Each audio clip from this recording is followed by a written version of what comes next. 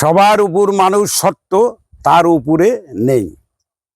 ভোজ মানুষের চরণ দুটি, নিত্য বস্তু হবে খাঁটি।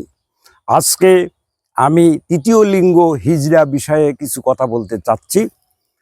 তৃতীয় লিঙ্গ হিজড়া যখন ধীরে ধীরে হিজড়ায় রূপান্তরিত হয়, তখন সমাজ, আত্মীয় স্বজন তাকে তুচ্ছ তাচ্ছিল্য করে বিতাড়িত করে।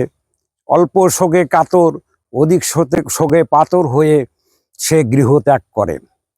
হিজড়া বর্তমান প্রেক্ষাপটে কি করছে, কি হচ্ছে, দেশবাসী সবাই আপনারা জানেন।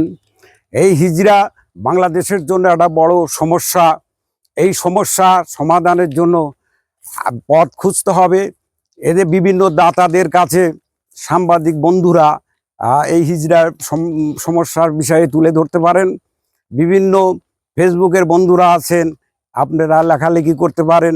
নির্ধারিত একটি গন্তব্য এদের রেখে এদের কর্মসংস্থানের ব্যবস্থা করলে জনগণও এদের হাত থেকে রক্ষা পাবে, এরাও রক্ষা পাবে। সকলকে ধন্যবাদ। আপনারা ভালো থাকবেন, আমার জন্য দোয়া করবেন।